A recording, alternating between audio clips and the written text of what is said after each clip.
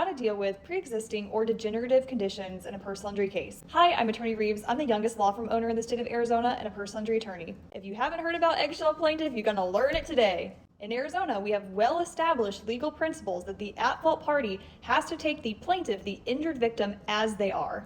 That includes any latent or degenerative conditions that become aggravated as a result of trauma or become symptomatic as a result of that same trauma. So if you hit a granny instead of a 20-year-old, you don't get to just get off the hook because you hit someone who is more feeble. But insurance companies love to hang their hat on the degenerative disc disease. And what I have to tell you folks is that degenerative disc disease is most often found in every person above the age of 20 years old. Now, whether or not that's going to ever become symptomatic in their entire lifetime is something that is speculative, and every expert out there will testify to the same, including their own defense experts.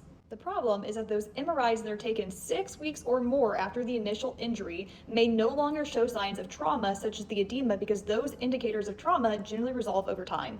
So now you must rely on something called the clinical picture. If the client has a relatively clean medical history prior to the incident, and then all of a sudden there's an abrupt change in the timeline, now the client is in excruciating pain and they're needing a bunch of medical treatment, that's how you're going to tell the story. I also love to use chiropractic records where the client is actually visually circling where on their body they're experiencing pain, and also you can reference certain orthopedic tests if they're found to be positive, which can indicate disc injuries.